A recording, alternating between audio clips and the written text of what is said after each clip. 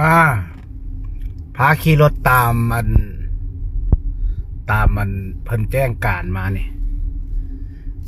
ตัวนี้มันไปซื้อเลนนี้ตัวทั้งกลางเลยมันสิมีรถม้าเนาะตัวทั้งกลางเนี่ยเป็นทางมาตัวทางพุ่นกับมันไปซื้อคือเขาสิลงไปนี่เขาต้องขี่ทางนี่ลงไปเด้อลงไปทางนี้แมนอัปเดตใหม่ต้องให้ฮู้คันขี่ทั้งกลางนี่มันผิดเด้มันสิมีรถสวนมาเด้ขี่ทั้งกลางนี่บ่ได้เดี๋ยวเพิ่นสวนมาแหละเกิดอุบัติเหตุโอ้ยแต่ว่ายังมีรถมาจอดเนาะแคมทางรถมาจอดมันก็ได้แซงมาทั้งกลางนี่แหละ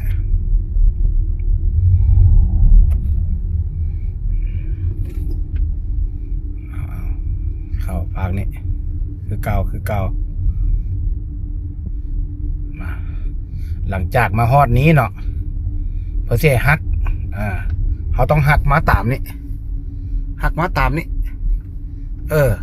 เข้าฟากพี่วะนี่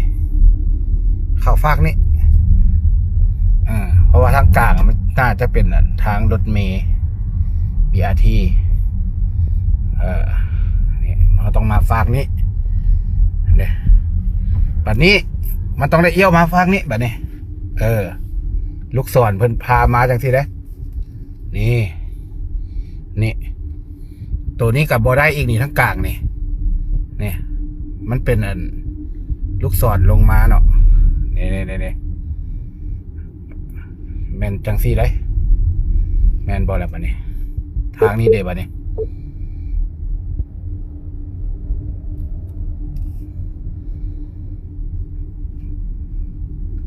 ตัวนี้ก็เอี้ยวซ้ายได้เอี้ยวขวาได้เนาะ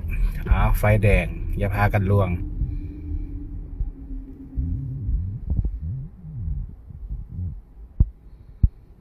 ทางกลางนี่จะเป็นทางรถทางกลางนี่จะเป็นทางรถเมล์ BRT มาตัวนี้มันขี่ลงได้ฝั่งนี้มันขี่ลงได้